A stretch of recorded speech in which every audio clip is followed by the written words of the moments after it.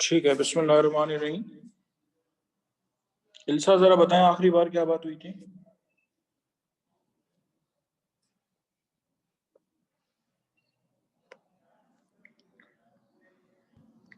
Yes sir. Sir आपने last time electron transport बताए थे फोटोसिंथेसिस में लाइट डिपेंडेंट रिएक्शन। सर उसमें 3 स्टेप्स होते हैं, एक होता है NADPH formation, photolysis of water और ATP फॉर्मेशन। सबसे पहले NADPH फॉर्मेशन इस तरह होती है कि फोटो सिस्टम 2 में क्लोरोफिल मौजूद होता है, वो 2 इलेक्ट्रॉन रिलीज करता है। वो 2 इलेक्ट्रॉन सबसे पहले थियोफाइटिन, फिर प्लास्टोक्वेनिन QA and QB, फिर साइटोक्राइम B and F कॉम्प्लेक्स में जाते हैं। फिर उसके बाद वो प्लास्टोसियानिन में ATP सिंथेज में जाते हैं। फिर उसके बाद वो 3 आयरन सल्फाइड और लास्ट वो फेरिडोक्साइम में जाते हैं। और उसके बाद वो जो है स्ट्रोमा में हमारे पास NADP आयन जो ऑलरेडी मौजूद होता है वो उसके साथ रिएक्ट होके NADPH फॉर्म करते हैं। ये पहला स्टेप हो गया। और इसके बाद फोटोलाइसिस ऑफ वाटर होता है। थैलाकॉइड की सरफेस पे H2O पहले से प्रेजेंट होगा जो सनलाइट के साथ रिएक्ट होगा। H2O 2 आयंस में टूटेगा, एक H+ आयन और एक OH-1, जिसमें से OH-1 के पास एक इलेक्ट्रॉन है, तो वो फर्दर डिवाइड होगा H+ में और 1/2 O2 में। फिर उधर से 2 इलेक्ट्रॉन रिलीज होंगे। फिर इस तरह फर्दर प्रोसेस होगा, इसको फोटोलाइसिस ऑफ वाटर बोलेंगे। इसके बाद ATP फॉर्मेशन होगी। ATP फॉर्मेशन में थाइलाकॉइड में ऑलरेडी 2 H आयंस प्रेजेंट होंगे, एक प्लास्टोक्वेनिन से निकलकर थाइलाकॉइड में जाएगा, ये 3 H आयंस बना लेंगे। 3 H आयंस जो है ATP सिंथेज कॉम्प्लेक्स मशीन से गुजरकर वापस बाहर आएंगे। फिर मशीन रन करेगी और मशीन रन करने से एनर्जी रिलीज होगी और स्ट्रोमा में ADP ऑलरेडी मौजूद होगा जो कि फॉस्फेट आयन के साथ रिएक्ट होगा और ATP फॉर्म करेगा। इसके साथ एनर्जी कंबाइन होगी तो ATP फॉर्म होगा। गुड, चलें। इसके अलावा आप ये जो 3 इवेंट्स चले आपने बता दिए। अच्छा ये बताइए कि फोटो सिस्टम के अंदर दो कौन कौन सी चीजें मौजूद होती हैं? सर फोटो सिस्टम के अंदर रिएक्शन सेंटर मौजूद होता है और उसमें जो है बाहर जो और डिफरेंट पिगमेंट्स होते हैं ऑल कलर, उनको एंटीना कॉम्प्लेक्स बोलेंगे। शाबाश। येलो कलर पिगमेंट को हम एक्जेंट्रोफिल बोलेंगे। ब्लू को फाइकोसियानिन और रेड पिगमेंट को फाइकोएरिथ्रम बोलेंगे। और जो हमारे पास जो क्लोरोफिल से 2 इलेक्ट्रॉन निकलते हैं वो इसके फॉर्मूले में मैग्नीशियम से रिलीज होकर आते हैं। ठीक है, तो एंटीना कॉम्प्लेक्स का क्या काम है?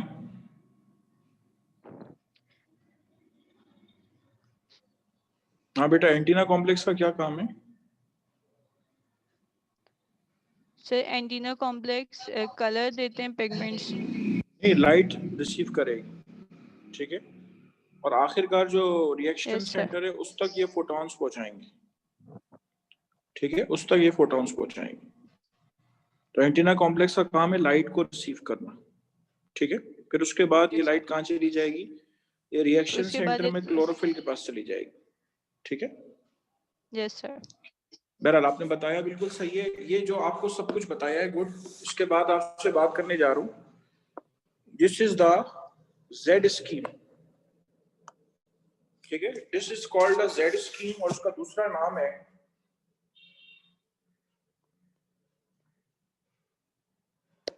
इसको हम जेड स्कीम का नाम देते हैं या उसको नाम देते हैं नॉन साइक्लिक फॉस्फोराइलेशन, ठीक है। इसको हम जेड स्कीम का नाम देते हैं, हम इसको नाम देते हैं नॉन साइक्लिक फॉस्फोराइलेशन, ठीक है। अब आपको बताने जा रहा हूं साइक्लिक फॉस्फोराइलेशन के बारे में। जब साइक्लिक फॉस्फोराइलेशन बताऊंगा तो आपको थाइलाकॉइड मुझे जो है वो दोबारा बना के बताना होगा। देखें ये थाइलाकॉइड है, इसमें आपके पास 2 फोटो सिस्टम्स हैं, फोटो सिस्टम 2 और फोटो सिस्टम 1। ये वाला 2 है, ये वाला 1 है। यहाँ पे आपके पास इलेक्ट्रॉन कैरियर्स मिलेंगे आपको नाम पीछे बताकर आ रहा हूँ, वही सेम कैरियर्स है, वही डायग्राम दोबारा बता रहा हूँ, सिर्फ थोड़ा सा फर्क है। Pheophytin, plastoquinone, Q2B, plastocyanin, 3 iron sulphide और आखिर में ये फेरिडोक्साइन। ठीक है, तो ये इलेक्ट्रॉन कैरियर जो है वो मौजूद। अच्छा, यहां पर आपके पास ये एटीपी सिंथेस कॉम्प्लेक्स अपनी जगह पर ही मौजूद है। आपको मैंने इलेक्ट्रॉन कैरियर्स के बारे में बताया कि 2 इलेक्ट्रॉन कैरियर्स क्लोरोफिल से फियोफाइटिन, फियोफाइटिन से प्लास्टोक्विनोन, फिर साइटोक्रोम बीएनएफ, फिर प्लास्टोसाइन, फिर फोटोसिस्टम 1, फिर बारी बारी आयरन सल्फाइड, फिर फेरिडोक्साइन। तो 2 इलेक्ट्रॉन्स कहां तक पहुंच जाते हैं? फेरिडोक्साइन तक पहुंच जाते हैं। जेड स्कीम मैंने आपको समझा दी है कि 2 इलेक्ट्रॉन्स कहां तक पहुंच गए हैं। जेड 2 इलेक्ट्रॉन्स आपके पास पहुंच गए हैं फेरिडोक्साइन तक। अब गौर से सुन लीजिए कि आपने पीछे पढ़ा है जेड स्कीम या नॉन साइक्लिक फॉस्फोराइलेशन। आपने इसके अंदर NADPH का बनना सुना है, लेकिन अगर नॉन साइक्लिक फॉस्फोराइलेशन तेजी से हो रही है तो ऐसा होता है कि NADPH की कंसंट्रेशन बहुत ज्यादा हो जाती है, यानी NADPH बहुत ज्यादा बन जाता है। ठीक है, NADPH जो है वो बहुत ज्यादा बन जाता है। जब NADPH बहुत ज्यादा बन जाता है तो अब क्या शुरू हो जाती है? अब आप गौर से सुन लीजिए कि अब साइक्लिक फॉस्फोराइलेशन जो है वो शुरू हो जाती है। This then starts cyclic phosphorylation. अब होगा क्या? अब साइक्लिक फॉस्फोराइलेशन जो है वो आपके पास क्या होगा? वो शुरू हो जाएगी। ठीक है, जब साइक्लिक फॉस्फोराइलेशन शुरू हो जाएगी तो साइक्लिक फॉस्फोराइलेशन शुरू होने पे क्या होगा? जब साइक्लिक फॉस्फोराइलेशन शुरू हो जाएगी तब उसमें होगा क्या? उसमें होगा ये कि फेरिडोक्साइन जो है वो 2 इलेक्ट्रॉन्स बनाए बजाय के NADP प्लस को दे, वो किसको दे देता है? वो दे देता है प्लास्टोक्विनोन Q2B। वो अपने ये जो 2 इलेक्ट्रॉन्स है वो दे देता है किसको? वो दे देता है प्लास्टोक्विनोन QA एंड QB को, बजाय के NADP प्लस को दे। अब फिर साइकिल वैसी कंटिन्यू होती है कि फिर इलेक्ट्रॉन साइटोक्रोम BNF, फिर प्लास्टोसाइन, फिर फोटोसिस्टम 1, फिर आयरन सल्फाइड, फिर फेरिडोक्साइन, और फिर फेरिडोक्साइन से दोबारा किधर चले जाते हैं इलेक्ट्रॉन्स? फिर दोबारा से आपके पास प्लास्टोक्विनोन के पास आ जाते हैं। तो इस तरह से अब क्या होगा? अब होगा ये कि ये साइकिल जो है इस तरह से कंटिन्यू हो जाएगी। ठीक है, इस तरह से ये साइकिल जो है ये कंटिन्यू हो जाएगी। तो जब ये इस तरह से साइकिल कंटिन्यू होगी तो उसको हम नाम देंगे साइक्लिक फॉस्फोराइलेशन। आपके जहन में आएगा सर इस साइकिल से बनेगा क्या? आप जरा गौर करें, जब 3 साइकिल्स होंगी तो आपको ये ब्लैक से दिखा रहा हूं, हाइड्रोजन आयन एक अंदर जाता है। 3 साइकिल्स होंगी तो 3 हाइड्रोजन आयन अंदर जाएंगे। जब 3 हाइड्रोजन आयन अंदर हो जाएंगे तो ये hydrogen ion ATP synthase complex की मशीनरी से बाहर आएंगे। जब एटीपी सिंथेस कॉम्प्लेक्स की मशीनरी से बाहर आएंगे तो क्या होगा? एडीपी और फॉस्फेट आपस में मिलेंगे और क्या बना लेंगे? एटीपी बना लेंगे। ठीक है, इस तरह क्या होगा? इस तरह एटीपी की फॉर्मेशन हो जाएगी। This results in the formation of ATP. ये क्या होता है? ये आपके पास एटीपी बना देता है। ठीक है, एडीपी फॉस्फेट से मिलेगा और क्या बना देगा? एटीपी बना देगा। तो साइक्लिक फॉस्फोराइलेशन में वाहिद जो काम होता है वो आपके पास होता है synthesis of ATP. ATP synthesis होती है।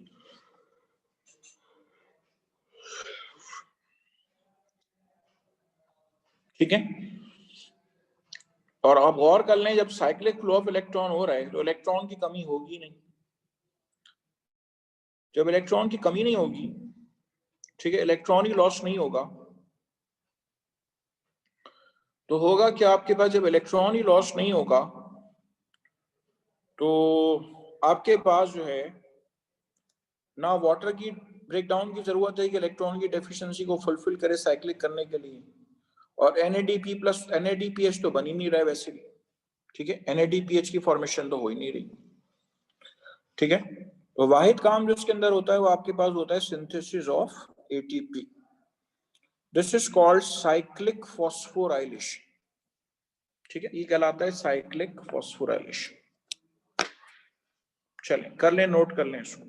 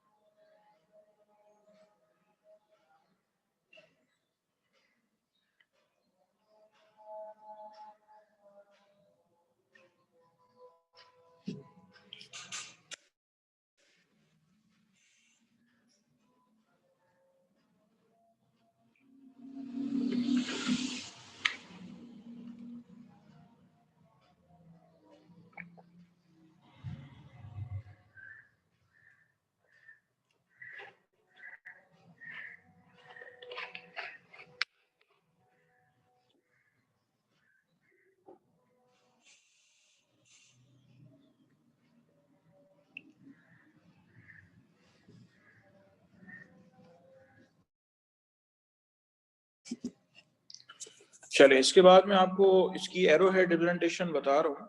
अच्छा, एरोहेड रिप्रेजेंटेशन चले मैं आपको एक साथ बताऊंगा। मैं आपको लाइट इंडिपेंडेंट रिएक्शन पहले बता दूं।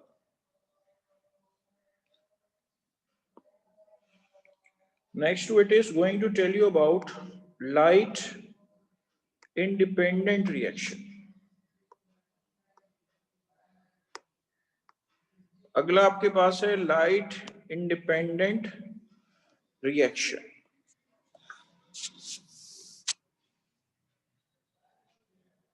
लाइट इंडिपेंडेंट रिएक्शन को हम केल्विन बेंसन साइकिल का भी नाम देते हैं,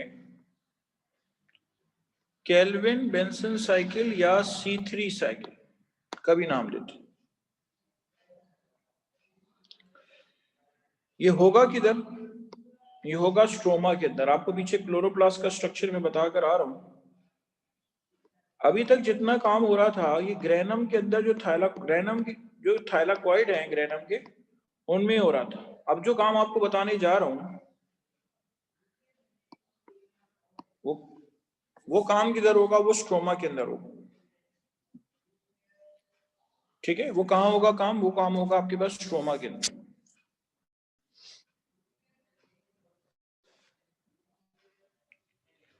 अच्छा, और से सुनिएगा, इसके वैसे तो इसके 13 स्टेप्स हैं, ठीक है, लेकिन आपके पास सिर्फ और सिर्फ 3 स्टेप्स आपके कोर्स में दिए। बारी बारी बताने जा रहा हूं। सबसे पहला स्टेप है आपके पास कार्बोक्सिलेशन।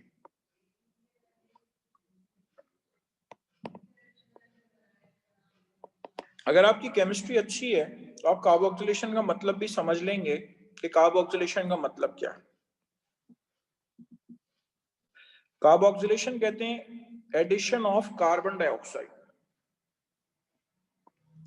स्ट्रोमा में पहले से पड़ा हुआ कंपाउंड जिसका नाम है राइबोलोज 1,5 बिसफॉस्फेट, इसके साथ क्या होगा? इसके साथ कार्बन डाइऑक्साइड ऐड होगी in the presence of an enzyme, its name is Rubisco. Rubisco की मौजूदगी में राइबोलोज 1,5 बिसफॉस्फेट के साथ कार्बन डाइऑक्साइड ऐड होगी तो ये क्या बना लेगी? ये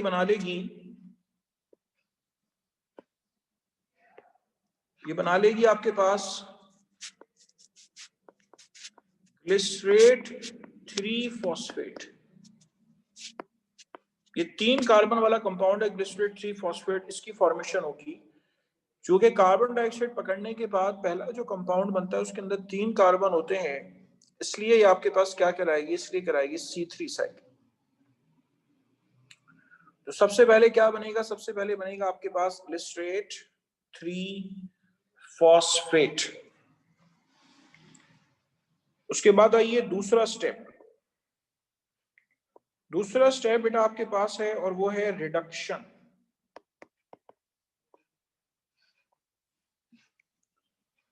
ठीक है, दूसरा स्टेप जो आपके पास है वो क्या है, वो है आपके पास रिडक्शन। रिडक्शन के बारे में अगर आपसे बात करूं तो होगा क्या,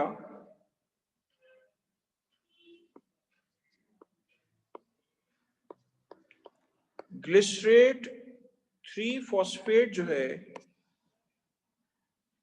ग्लिसरेट 3 फॉस्फेट जो है ये कन्वर्ट होगा ग्लिसरेट 1,3 बिसफॉस्फेट के अंदर। ग्लिसरेट 1,3 बिसफॉस्फेट जो है उसके अंदर कन्वर्ट। यहां पे क्या होगा, यहां पे आपके पास जो एटीपी होगा वो एटीपी में कन्वर्ट हो जाएगा। ये वही एटीपी है जो आपने पीछे लाइट डिपेंडेंट रिएक्शन में बनाया है। तो ग्लिसरेट 3 फॉस्फेट कन्वर्ट होगा ग्लिसरेट 1,3 बिसफॉस्फेट के अंदर। फिर उसके बाद क्या होगा, फिर उसके बाद ये होगा कि ग्लिसरेट 1,3 बिसफॉस्फेट जो है, ग्लिसरेट 1,3 बिसफॉस्फेट जो है ये कन्वर्ट होगा किसके अंदर, ये कन्वर्ट होगा 3 फॉस्फो ग्लिसरल्डिहाइड। ये कन्वर्ट होगा 3 फॉस्फो ग्लिसरल्डिहाइड।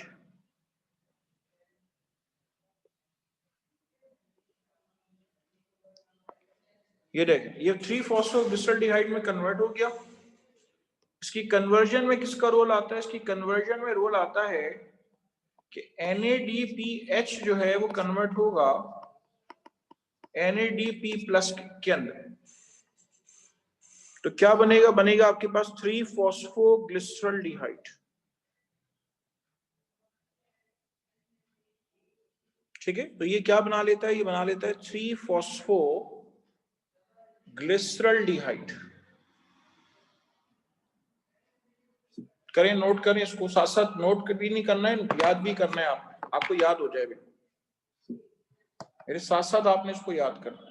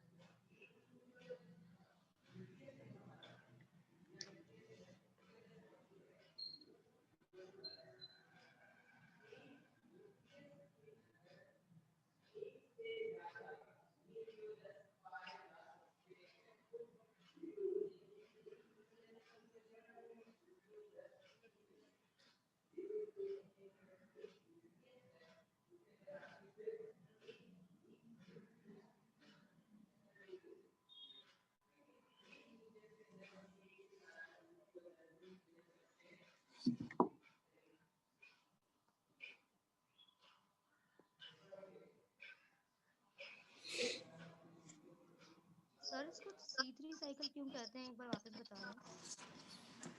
तो C3 साइकिल इस वजह से कहते हैं क्योंकि बनने वाला जो पहला कंपाउंड है जी, उसके अंदर 3 कार्बन एटम्स।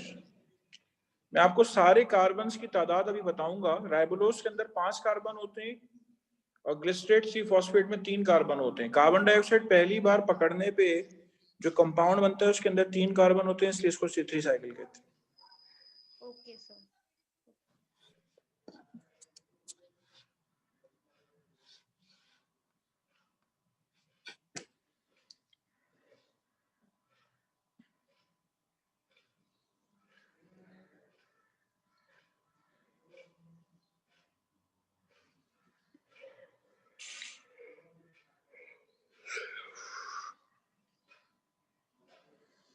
आप कॉपी करें, फिर मैं आपको इसी स्क्रीन पे जो है छोटी छोटी बातें आपको बताऊंगा ताकि ये चीजें आपको याद हो जाएं, क्योंकि आपने अभी फर्स्ट ईयर में आया ना कि केमिस्ट्री आपने इतनी पढ़ी नहीं है।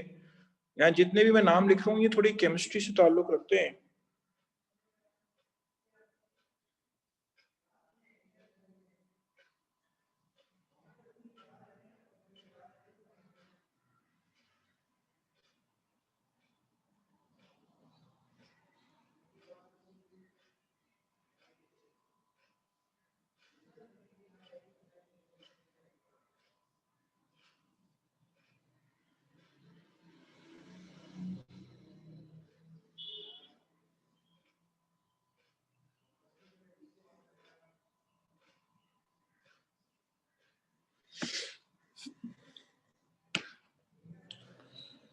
चलें गौर से देखिएगा, यहाँ मैं ग्रीन से थोड़ा कोने में बता रहा हूँ आपको बेटा। राइबोलोज 1,5 क्यों लिखते हैं हम? राइबोलोज में होते हैं 5 कार्बन। यहाँ कोने में देखिए ग्रीन से लिख रहा हूँ, ये 5 कार्बन है। इसमें पहले कार्बन पे फॉस्फेट लगा हुआ है 1 2 3 4 5 और 5वें कार्बन पे फॉस्फेट लगा हुआ है, तो इसलिए इसको हम राइबोलोज 1,5 1 और 5 दो हैं, तो इसके लिए हम लिख रहे हैं बिस। हमने लिखा ग्लिसरेट राइबोलोज 1,5 बिस फॉस्फेट। तो बिस की वजह ये आई है कि एक 1 है और एक 5 है, ये दो हैं, तो इसलिए बाय की जगह हम बिस यूज करते हैं केमिस्ट्री के अंदर। फिर क्या बना? Glycerate 3 phosphate. ग्लिसरेट 3 फॉस्फेट के अंदर होते हैं 3 कार्बन एटम्स। अब देखें फिर अगले स्टेप में ग्लिसरेट 3 फॉस्फेट जो है ग्लिसरेट 1,3 बिस फॉस्फेट में कन्वर्ट हुआ है। इसका क्या मतलब है? ये देखें ग्लिसरेट 3 फॉस्फेट के पास 3 कार्बन, इसमें तीसरे कार्बन पे फॉस्फेट लगा हुआ था, लेकिन जब ग्लिसरेट 1,3 बिस फॉस्फेट बना तो दरअसल उसमें पहले कार्बन पे भी फॉस्फेट आके लग गया। ठीक है, उसमें पहले कार्बन पे भी फॉस्फेट आके लग गया, तो इसलिए इसको नाम क्या देते हैं? उसको नाम देते हैं ग्लिसरेट 1,3 बिस फॉस्फेट। अब और करें आप जरा, ग्लिसरेट 3 फॉस्फेट जब ग्लिसरेट 1,3 बिस फॉस्फेट में कन्वर्ट हो रहा है तो फॉस्फेट कहां से आएगा? तीसरे कार्बन पे एक फॉस्फेट लगा हुआ है, पहले कार्बन पे भी लगाना है, फॉस्फेट आएगा तो कहां से आएगा? तो बेटा वो फॉस्फेट आपको कौन देगा? वो फॉस्फेट आपको देगा एटीपी। एटीपी कन्वर्ट होगा एटीपी के अंदर, और इससे होगा क्या? इससे होगा ये कि फॉस्फेट मिल जाएगा और वो कन्वर्ट हो जाएगा किसके अंदर? वो कन्वर्ट हो जाएगा ग्लिसरेट 1,3 बिस फॉस्फेट के अंदर। फिर उसके बाद ग्लिसरेट 1,3 बिस फॉस्फेट जो है वो कन्वर्ट होगा किसके अंदर? वो कन्वर्ट होगा 3-फॉस्फोग्लिसरल्डिहाइड के अंदर। ठीक है, इस स्टेप को हम रिडक्शन इसलिए कह रहे हैं क्योंकि NADPH अपने हाइड्रोजन दे रहे, अपने हाइड्रोजन दे रहे कंपाउंड में हाइड्रोजन ऐड होंगे और वो कन्वर्ट हो जाएगा किसके अंदर? वो कन्वर्ट हो जाएगा 3-फॉस्फोग्लिसरल्डिहाइड के अंदर। ठीक है, तो जो एडिशन ऑफ हाइड्रोजन कहलाता है रिडक्शन। ठीक है, एडिशन ऑफ हाइड्रोजन कहलाता है रिडक्शन। तो इसलिए आप इस स्टेप को क्या नाम दे रहे हैं? इसलिए आप इस स्टेप को जो है वो रिडक्शन का नाम दे रहे हैं।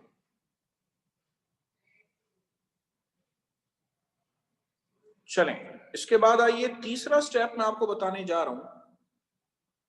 तीसरा स्टेप है आपके पास और वो है रीजनरेशन।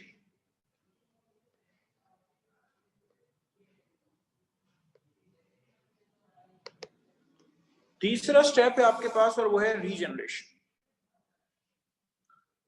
रीजनरेशन में क्या होगा?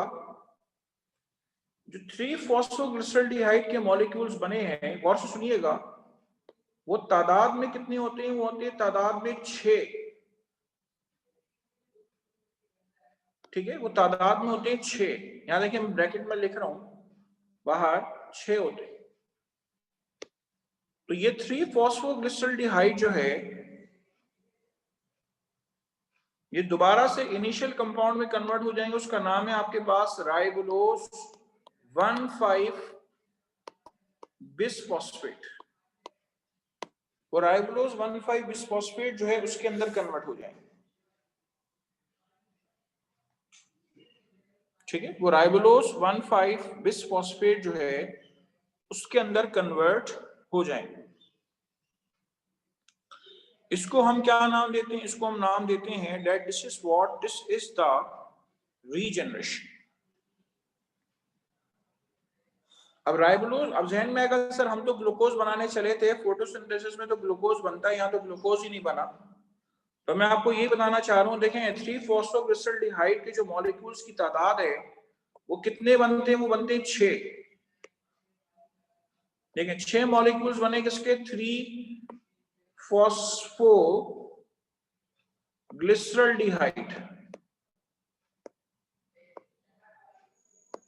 अब इनमें से 5 क्या करेंगे? 5 जो है वो आपके पास बना लेंगे, ठीक है, 5 बना लेंगे राइबोलोज 1,5 बिसफॉस्फेट। ठीक है, मैंने ये जो साइड में लिखा है ना 6, ये इसकी जगह यहाँ पे आएगा 5। 5 मॉलिक्यूल्स क्या करेंगे? 3 मॉलिक्यूल्स बना लेंगे राइबोलोज 1,5 बिसफॉस्फेट। ठीक है, 5 क्या करेंगे? 5 जो है वो आपके पास बना लेंगे 3 मॉलिक्यूल्स ऑफ राइबोलोज 1,5 बिसफॉस्फेट। और जो एक बच जाएगा, ठीक है, जो एक बच जाएगा वो एक क्या करेगा? वो अगली साइकिल से एक और का इंतजार करेगा और वो दोनों मिलके फिर क्या करेंगे? वो दोनों मिलके फिर ग्लूकोज बनाएंगे। आप गौर करें, हम तो फोटोसिंथेसिस में ग्लूकोज बनाने आए ना, हम तो फोटोसिंथेसिस के जरिए ग्लूकोज बनाने आए। हम दोबारा से वही इनिशियल कंपाउंड बना देंगे, उसका फायदा तो नहीं है ना।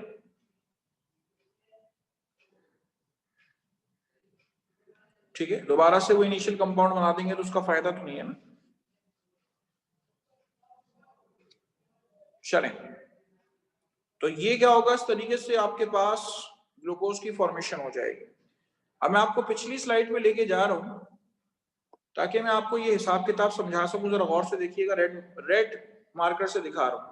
मैंने आपसे कहा कि 3-फॉस्फोग्लिसरॉल्डिहाइड के टोटल मॉलिक्यूल्स बनते हैं 6। 6 में से 5 क्या करेंगे? इनिशियल कंपाउंड बनाएंगे राइबोलोज 1,5 बिसफॉस्फेट, और एक अगली साइकिल या पिछली साइकिल से एक बचे हुए के साथ मिलकर ग्लूकोज बनाएगा। अब ये देखें, ये 3-फॉस्फोग्लिसरॉल्डिहाइड जो 6 बने, क्योंकि 6 ग्लिसरेट 1,3 बिसफॉस्फेट बनते हैं। ग्लिसरेट 1,3 बिसफॉस्फेट 6 क्यों बनते हैं? क्योंकि ग्लिसरेट 3 फॉस्फेट ही 6 होते हैं। ग्लिसरेट 3 फॉस्फेट क्यों 6 होते हैं? क्योंकि राइबोलोज 1,5 बिसफॉस्फेट 3 होते हैं। 3 मॉलिक्यूल राइबोलोज 1,5 बिसफॉस्फेट के कार्बन डाइऑक्साइड के 3 मॉलिक्यूल्स के साथ कंबाइन होते हैं और बनाते हैं glycerate 3 phosphate. 6 molecules of glycerate 3 phosphate. तो ये सारा हिसाब किताब जो है वो याद रखिएगा। और जब हम 6 मॉलिक्यूल्स की बात कर रहे हैं तो यहाँ पे 6 ही एटीपी बनाएंगे, 6 NADPH जो है वो 6 NADP प्लस बनाएंगे। ये कैलकुलेशन भी, तादाद भी आपको याद रखना, करें, नोट करें इसको। फिर मैं इसके बाद अगली स्लाइड पे आपको टर्न कर दूंगा तो वो कॉपी कर लीजिए।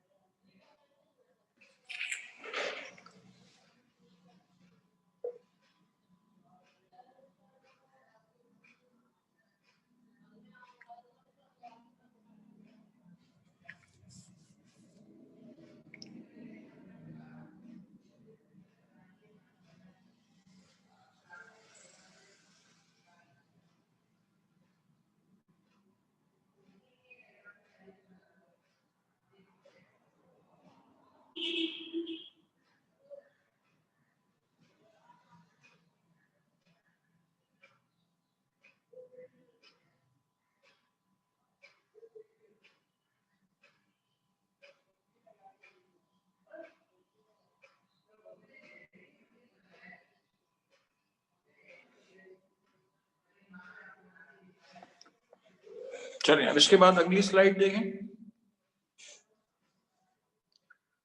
6 में से 5 मॉलिक्यूल 3-फॉस्फोग्लिसरल्डिहाइड के दोबारा से वही इनिशियल कंपाउंड राइबोलोज 1,5 बिसफॉस्फेट बना लेते हैं। उसके 3 मॉलिक्यूल जो शुरू में खर्च हुए थे वही दोबारा से 3 बन जाते। ठीक है, 6 में से एक जो है वो क्या करेगा, अगली या पिछली साइकिल में एक और 3-फॉस्फोग्लिसरल्डिहाइड जो मिलेगा उसके साथ मिलके क्या बना लेगा, ग्लूकोज बना लेगा।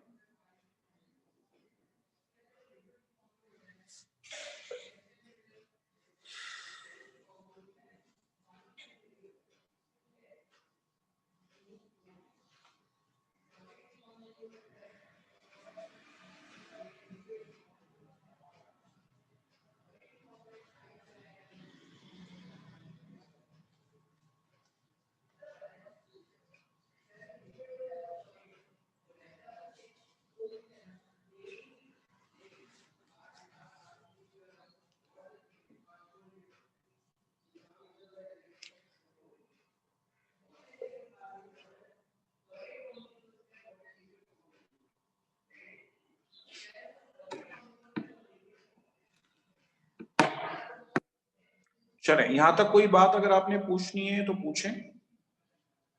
अच्छा, आपके जहन में ये एक एक छोटी से छोटी बात पता होनी चाहिए। शुरू में बता दिया था मैंने, दोबारा सुन लें कि कार्बन डाइऑक्साइड जो राइबोलोज 1,5 बिसफॉस्फेट के साथ कंबाइन होगी वो आएगी कहां से, तो वो आएगी स्टोमेटा के जरिए। ठीक है, वो स्टोमेटा के जरिए पौधे के अंदर दाखिल होगी और फिर वो आपके पास C3 साइकिल के लिए जो है वो रिस्पॉन्सिबल होगी।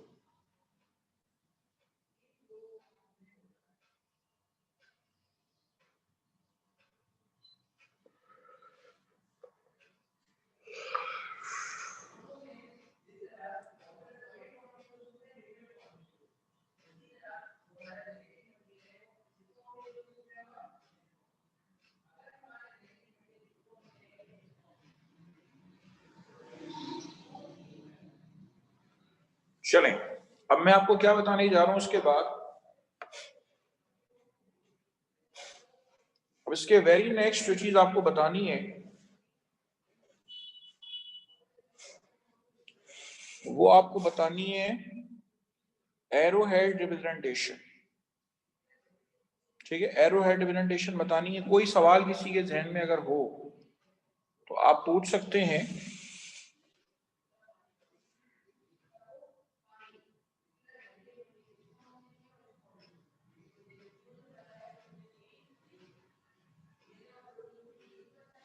मैं एक बार फिर से इसके स्टेप्स रिपीट करूं, मेरे साथ आपको याद हो जाने चाहिए। स्क्रीन पे देखते जाइए। राइबोलोज 1,5 बिसफॉस्फेट कार्बन डाइऑक्साइड से कंबाइन होगा। ये कहां पड़ा हुआ था, ये स्ट्रोमा में पड़ा हुआ था।